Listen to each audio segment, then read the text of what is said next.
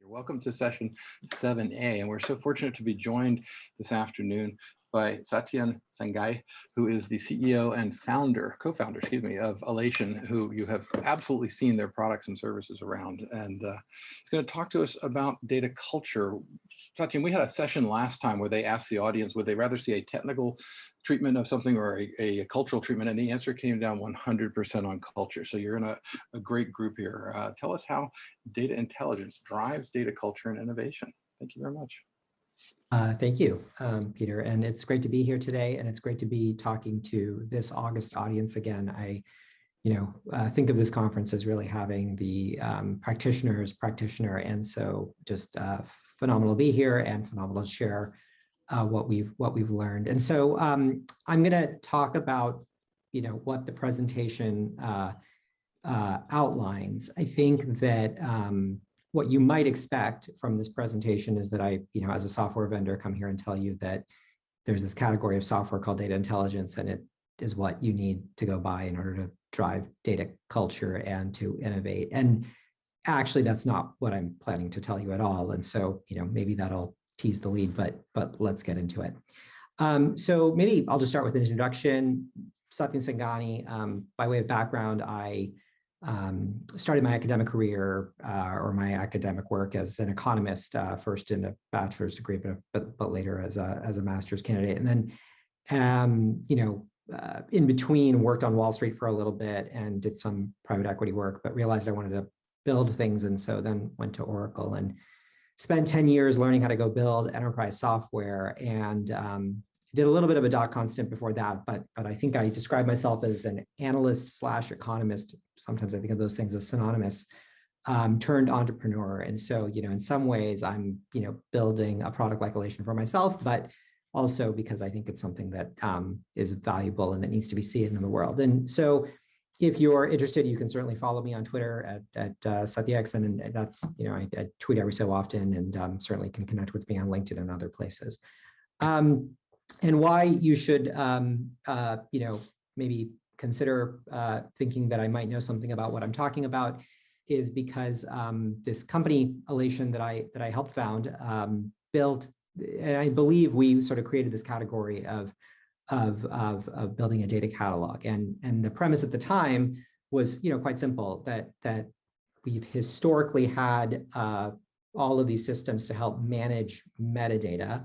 And that's, really helpful software and could, help mostly IT, if you were to use an analogy, move boxes, if boxes are analogized to tables, between things inside of a data warehouse or between databases. But, really what was needed was not sort of the inventory management system that those IT folks would use, a la metadata management, but maybe something different like an Amazon.com, where the end consumer could curate the data and own the data and be responsible for the data. And so that knowledge sharing idea was what sort of bore out this idea of a data catalog. That space is, I think, fair to state that that's been created. And I think now we leverage that as a platform to do a whole bunch of other things, which we broadly define in this category of data intelligence. So that's how I come to this space. And, if you don't believe that's, important and relevant, then perhaps some of these customer logos could convince you, that this is a relevant, interesting category of software. So I'll just, hope that you would have shown up here knowing some of that information, at least about Alation as a company, but certainly, helpful to level set and give you some sense of perspective as to, who we are and why we're here today. So I'm going to try to go through this talk in a somewhat linear fashion, talking about innovation, because I think is, broadly the end of what we're all looking for, because it's innovation that effectively drives differential profits. And if you were to use stock trading terminology, innovation drives alpha. And so if what we're all trying to do is drive alpha, then here's, the thing that we got to do is just go innovate. And data is really the fuel for that innovation. And so I think, that wouldn't be a very, very controversial statement, hopefully in this setting. And what I'm going to talk about is really why you need data culture. And my hope is that if you do nothing else coming out of this talk, you leave thinking that you've got to go spend a whole bunch of your time thinking about data culture and try to evangelize data culture within your company. And so that's the thing that I'm here to convince you to do. And I would then want to map, this idea of data intelligence to data culture, but to do so in a way that perhaps is a little unexpected in terms of both our position in the market, but much more fundamentally in terms of how you ought to be thinking about, or how I believe you ought to be thinking about some of the problems that you're facing. And so with that in mind, let's just start. So we've all lived through this thing called COVID. COVID's driven change. No surprise there.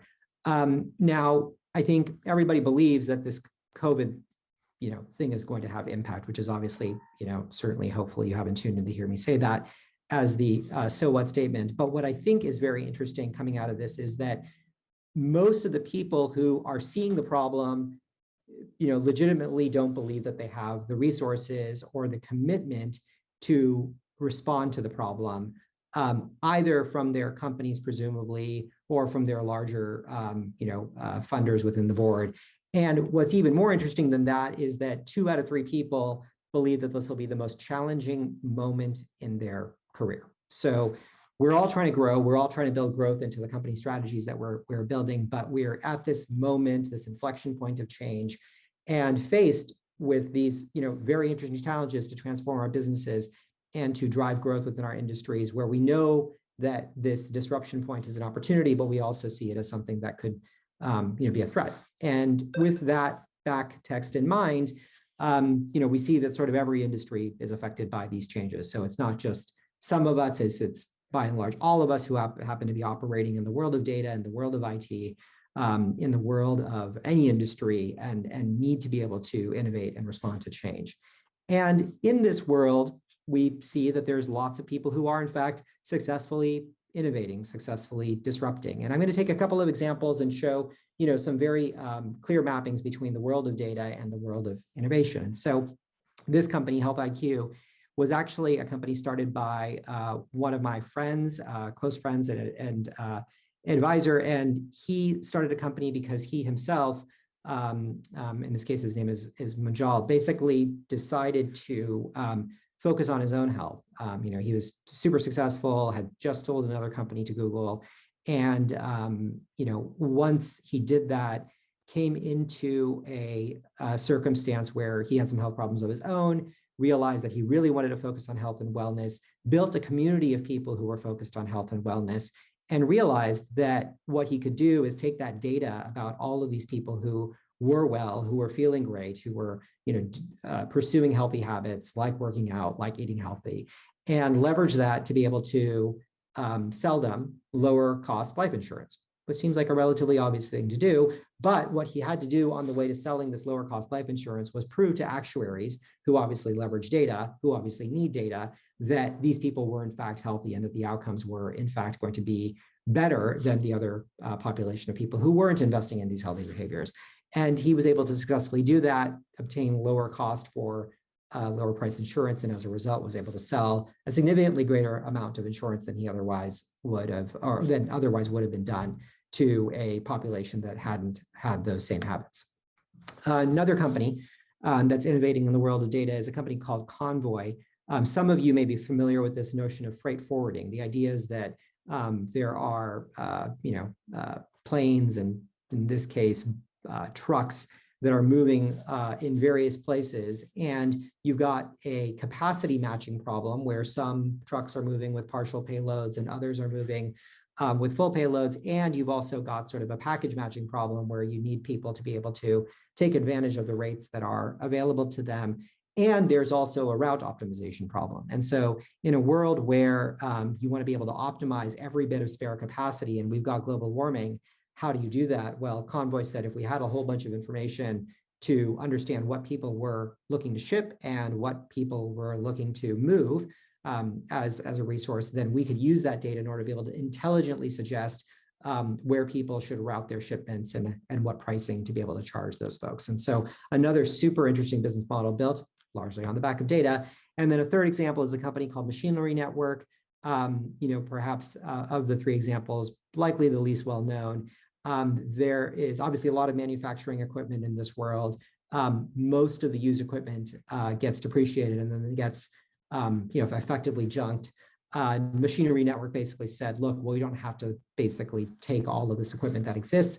We can understand what equipment might exist, what equipment might be coming to the end of life, what might be available to sale, and based upon understanding the purchase patterns of the new equipment, suggest finance models, servicing models, and equipment to be sold on a secondary market, which was super interesting. And again, a business born out of data. Now, all of these are new innovative companies, and these disruptors have a couple of advantages that larger companies and more established companies don't have. Obviously, they don't have established business models, which I think, one would say, well, hey, that's 90% of the advantage. But I'm here to convince you that it's not. I'm here to say that, in fact, one, they're using data directly towards the end customer benefit.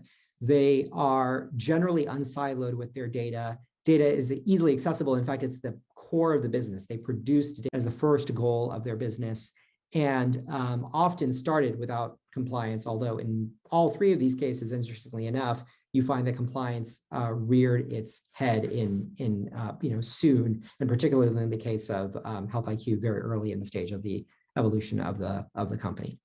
Now, in this world, what I would tell you is that for large organizations, there is a very similar amount of information to be learned from these examples, and that you can easily get success with data, and that there are lots of examples where you can take similar models for established businesses and run forward. And so the differences, though, in a large organization are multifold. And so you have to solve the problem of using data somewhat differently. So the realities of a new organization are that you have a set of founders and likely a set of early employees who can really capture knowledge, be the kernel of that knowledge, and will use that knowledge in order to be able to build something and bring something to market. In a world of an established corporation, you've got lots of knowledge loss because people are constantly changing. People are moving from new roles to old ones. From old roles to new ones. And that's constantly happening. If you think about many of the people, frankly, on this call, the average tenure, I believe, of a chief data officer, I had read was roughly 2 years. And so that means that many of you 2 years ago at the time of this conference might have been in a different role, and certainly could be in the next two. And then secondly, you've got a problem, which is, of course, the siloed information problem, where the information exists. There is no need to go reinvent the information, but information doesn't necessarily flow fast enough. And then the final thing is matching those two things together, both the knowledge of the business process, the knowledge of the customer, knowledge of the end outcome, with the information that may or may not be available to you, and being able to leverage that information in terms of expertise even travels more slowly. And sometimes that travels through expert networks like consultants, like online communities, but it's very hard to access that information because you have to know when and how to access the right expert information depending on the problem that you've got and the information you've got at hand. And so these are some of the challenges that a established business would face that are different. But people can be successful in innovating. And one great example is FLS Smith. This is a engineering corporation based in Denmark, and they wanted to be able to have and carry just-in-time inventory in the context of acquiring multiple companies where they didn't necessarily have information about all of the inventory available across all of the acquired entities. And that allowed them, or caused them in this case, to carry a ton of overcapacity on their inventory and require them to over-maintain a lot of their equipment. They were able to leverage data in order to be able to reduce that capacity and also to be able to build models where they could predict what might need to be maintained and leverage that information on a just-in-time basis. So, exciting example of a modern company using data. Another very recent example is PNC Bank. PNC Bank, like many other banks, was forced sort of into a shotgun mode last year where they had to basically make available PPP loans to a whole bunch of small businesses. And of course, the big challenge for a bank in making loans available to a business is to be able to, even though these loans were going to be guaranteed by the federal government, ultimately make sure that A, it was going out to the right audience and to the right companies, and so that they weren't making mistakes about who qualified for the programs, and B, to make sure that they were accepting reasonable amounts of credit risk and were doing their responsibilities as fiduciaries in order to be able to ship that those loans out. All of that required them to be able to access a whole bunch of data mapping the federal government requirements to the data sets that would describe the customers, would describe the products that would be available so that they can match the two together. And Finnair has another great example of leveraging information about weather to be able to mitigate impacts of flight delays. And that required a cross-functional effort between certainly maintenance and aircraft capability, also the piloting teams, also the ticketing teams, also understanding what other offers were available and other routes were available through both Finnair and other carriers in order to be able to minimize the impact on their end customers. And so lots of magical uses of data. You've heard many of these case studies, and we can certainly talk about them.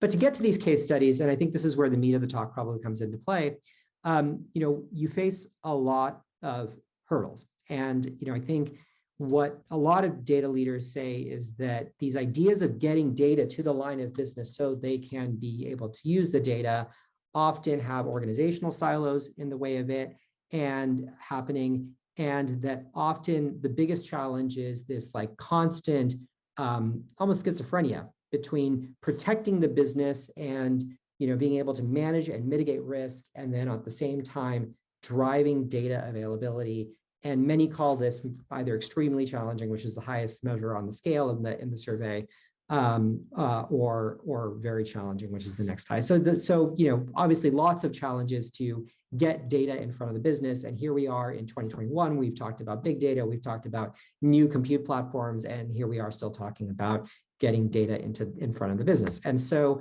when that happens, many decision makers then say, well, not only is it hard to get data in front of me, but I don't actually trust a lot of the data that I see. 56% of the time, often I don't trust the data that I'm using. So to get to these outcomes of predicting flight delays, of being able to optimize equipment and inventories, we're faced with this problem where not only can we not find the data, we also can't be in a position where we trust the data that we happen to be finding.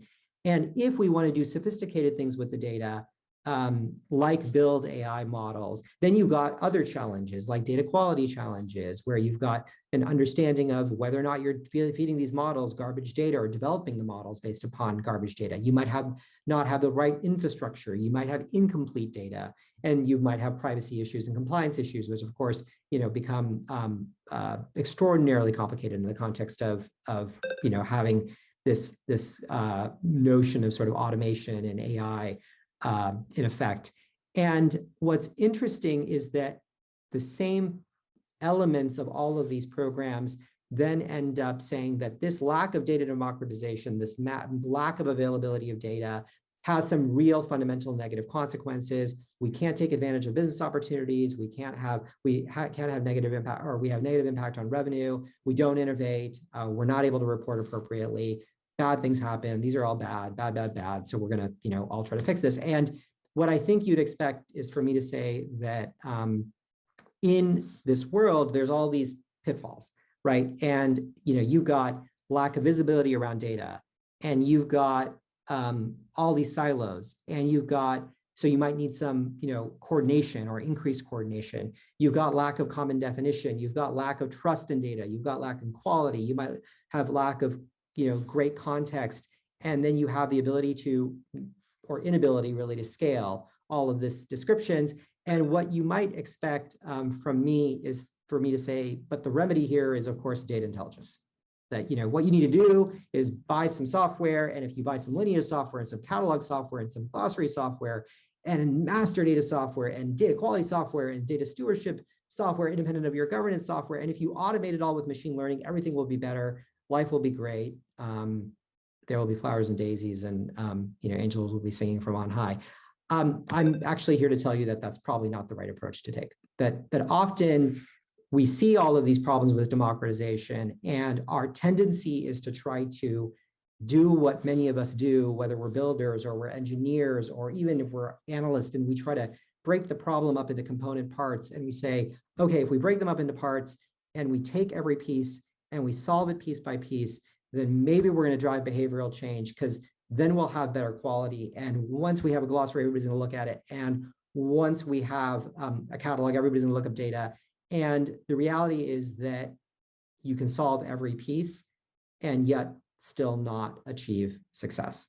And so what I would hope you would take away at this point is a maybe counterintuitive conclusion, which is if the disease is lack of democratization, then the way to solve that is by not solving all of the symptoms of that problem. The way to solve that issue, the way to solve that problem is by really figuring out the root cause of the lack of data democratization, which is, I would submit, a lack of data culture. And so what I'm here to convince you of is that you need to invest in this notion of data culture, and that really that is something that consists of three parts, that you need to make data, and actually really one very core part, which is what you're trying to do is drive behavioral change.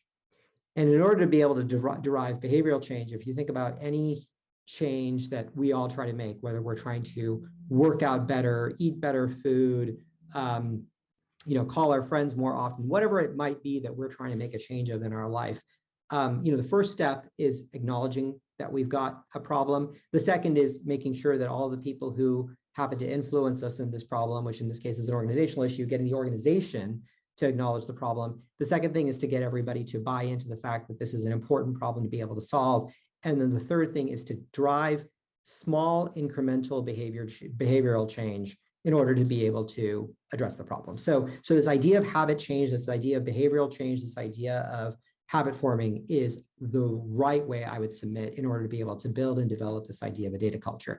And to me, there are sort of three habits that you're really trying to build. The first habit you're trying to build is that you want to be able to get everybody to come to one place or to figure out how to search for and discover data. This idea of search, this idea of being able to know where to go, this idea of centralization is absolutely critical, because there's this great quote that one of our leaders within the company always uses, which she says, if HP knew what HP knew, and the reference was to Hewlett-Packard, of course, and the idea was that there was all these people who were brilliant and incredible inside of this company, HP, and yet many of those folks couldn't access all the information that all the rest of the folks within the company knew.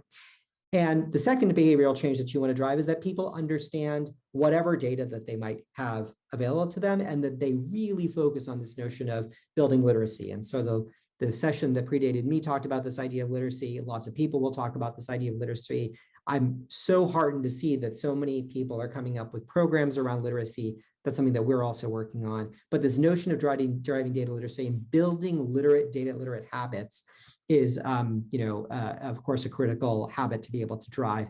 And then to finally think about this notion of governance as a habit, right? As opposed to an edict or a requirement or an end state goal, as a habit. These are the three behaviors that I would basically, incentivize you or think about you to invest in order to build this thing called culture.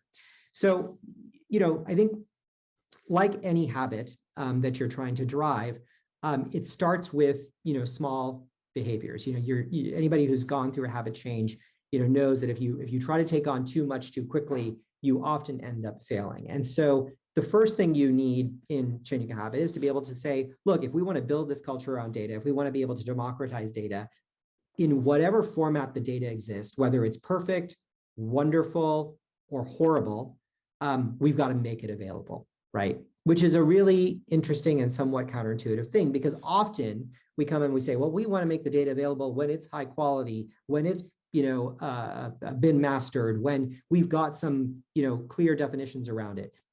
No, just make it available, right? Because if you make it available, then fundamentally, just like anything else that we want to democratize, rights, voting, all of these ideas that we want to bring to people, the first thing is you have to build the transparency to make the data available to people. And so this objective of being able to build better customer experiences comes down to having any data available, even if in some cases it might be the wrong data, because then at least you can acknowledge what problems you have and what needs to go get fixed.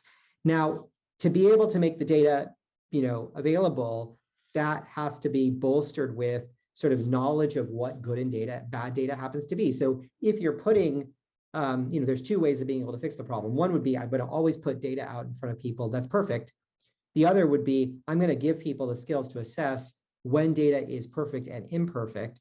and therefore will allow them to fish as opposed to me giving them, a fully cooked meal.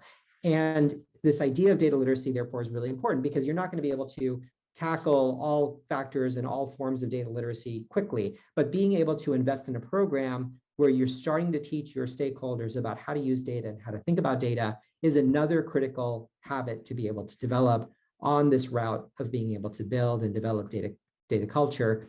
And I would argue the last habit that you have to think about investing in is this idea of thinking about governance not as a regime, not necessarily as what we think about traditionally, which is sort of people and then process and then technology, but this idea that there is very much sort of this kind of democracy that leads the ownership of the data, that actually good people who are sort of inside of a world of data management need to be able to also steward the data, be responsible for the data, and need to take on the habit of improving the data. And so there's this sort of virtual feedback loop, as it were, where people are discovering data, people are understanding what they see, and they are correcting it as they go. And so the three habits that you need to be able to invest in are this notion of people being able to find the data, people being able to understand what they see, and people being able to then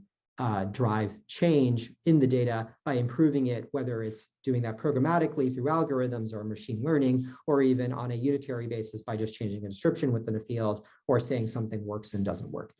Those are habits that you have to invest in. Those are the habits that you have to measure in order to be able to drive data culture. Those are the habits that effectively will allow you to drive democratization. Now, in the meantime, maybe you have to go take on some of these tools, these capabilities, because they will help accelerate that virtuous cycle. And so at any given moment, maybe the catalog is the first thing that you got to go invest in. Maybe you already have a functioning catalog, in which case the next biggest problem happens to be, improving data lineage, because that's going to be what drives the greatest bit of literacy within your company and will allow you people to improve the stewardship within your company. These tools, though, let's be clear, are not the cart, they're not the horse, they're the cart, right? These tools are the things that you would be focused on, not to necessarily drive data democratization, but to drive a set of behaviors that allow you to drive culture, which then gets you to democratization. And so as you think about the implementation programs around, these ideas of data culture around democratization, all too often we come to the table and we think, okay, well, if I want to build this democratized environment, I've got to get one of each of these things, and I've got to quickly check off each one of these boxes and get to each capability. And there's a maturity curve. And the first level of maturity curve is cataloging things. The next level of maturity curve is lineage. And the next level of maturity curve is having data quality. And you think about it from that perspective, and you can often, basically miss the forest for the trees, because you will find that you don't have the people within your organization both enlisted in leveraging these competencies and capabilities, nor bought into it. And so what motivates them isn't often going to be data quality or metadata management. I've been, despite the fact that one could argue that I run a metadata management company, I have yet to meet a business executive that I've ever seen inspired by the notion or the term of metadata management. So the things that people will be inspired by are innovation and profits and behavioral and cultural change and vision. And if you can do everything to map the behavioral change that you want to see in your organizations to those end outcomes that your business stakeholders care about, then you'll be able to drive and accelerate change much more quickly than if you take a functional view of trying to address the problems that you are facing. And so what I'm here to tell you is go spend a lot of time thinking about data culture.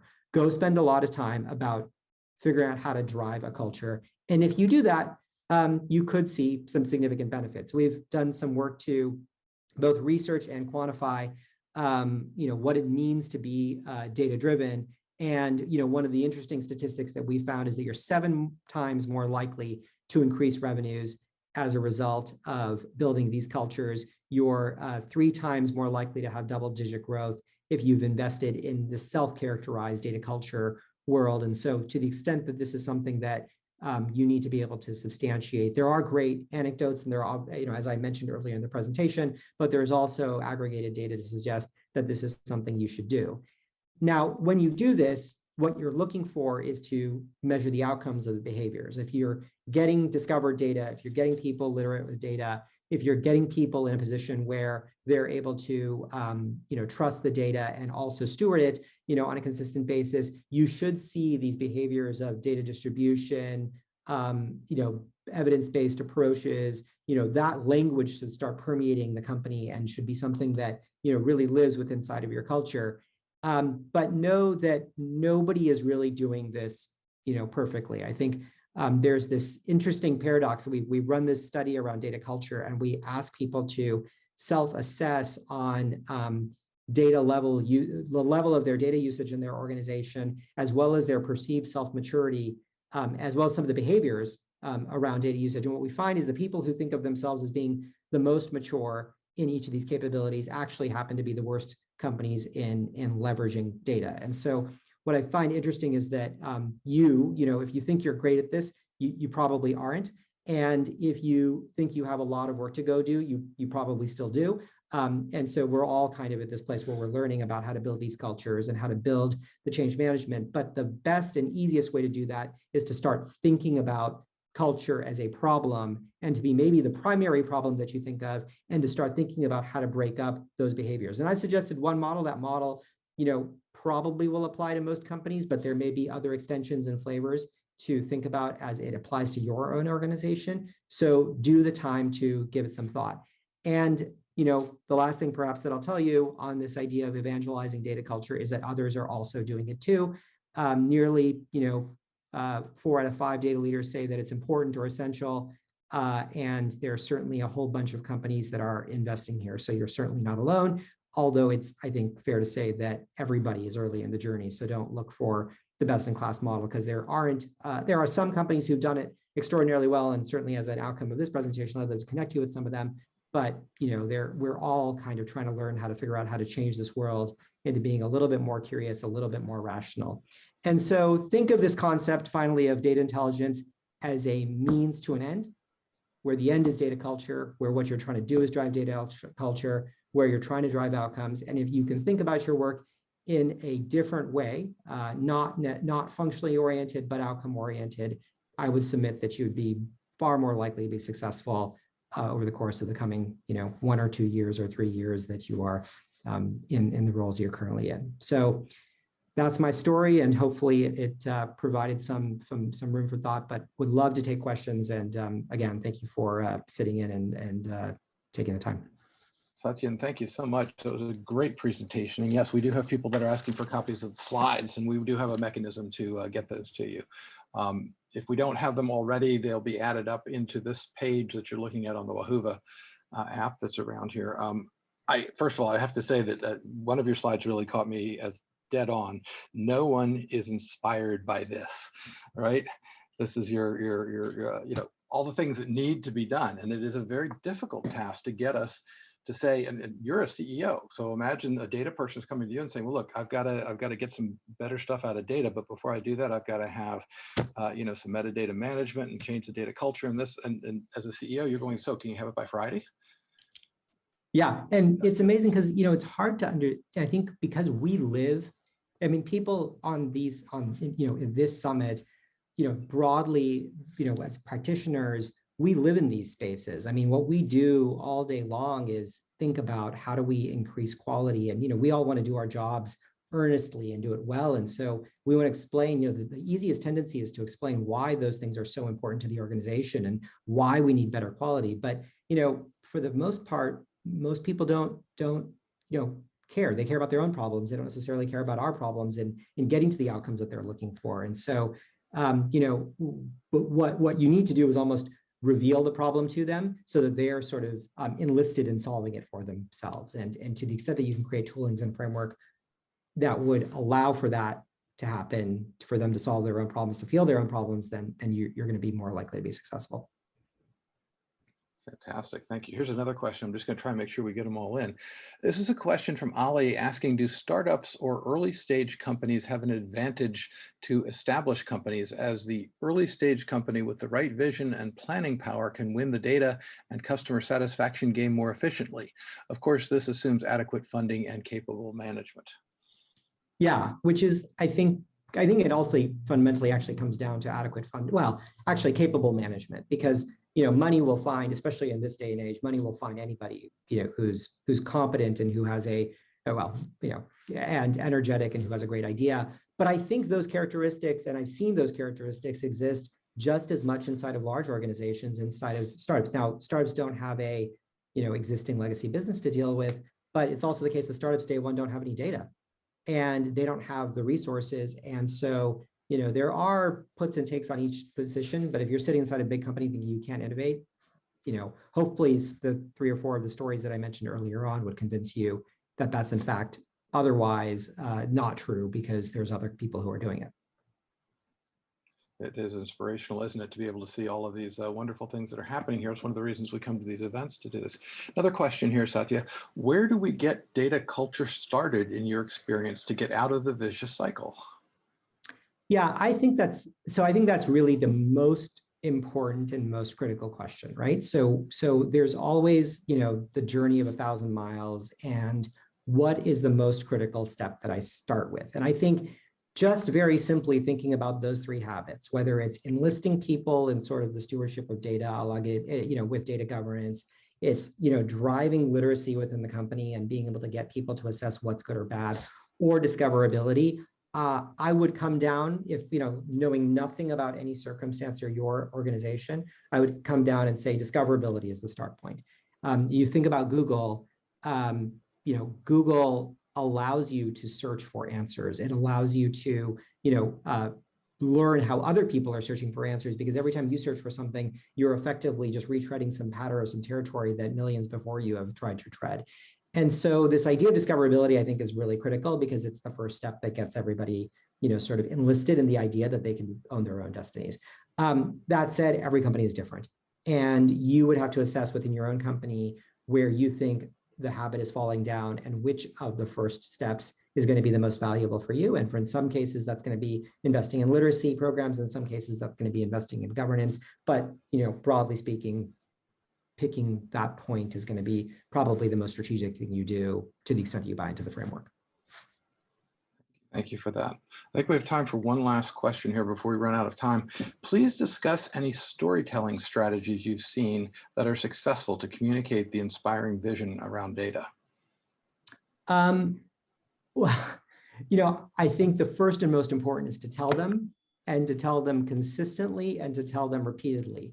There are some people who there are some people who are naturally inspiring communicators, and there are some people who perhaps may not be so much so. But everybody, can, to the extent that there's a great story out there, whether it's in written format, sent out over email, whether it's shared at, as the first idea within a staff meeting, whether it is communicated through, an all hands meeting within your company, whatever that mechanism might be. The one thing about data is that you can try to measure its impact, and you can try to say, oh, by investing in data, we got this return and that return.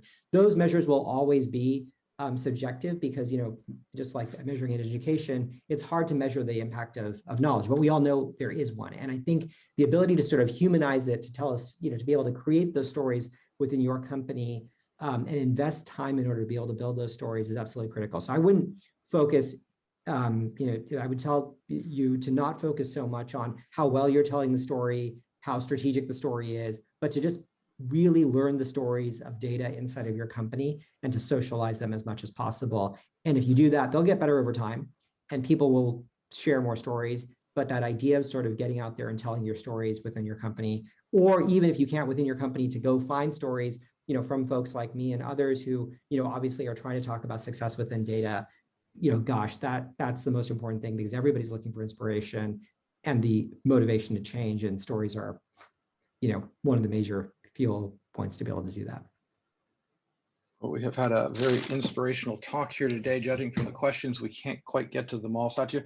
We do have the ability to send these on to you if you'd like, and that way you could respond to them at your leisure on this. But I want to thank you for sharing your energy and really passion around this topic for today, and leaving us with a great end of a first day on this. And I hope you'll be around for the rest of the event, and we will talk to everybody first thing tomorrow morning. Sounds great. Thank you, Peter. And thank you everyone for joining. I really appreciate the opportunity and super excited about the conference. So Super. Thanks again for your support, sir.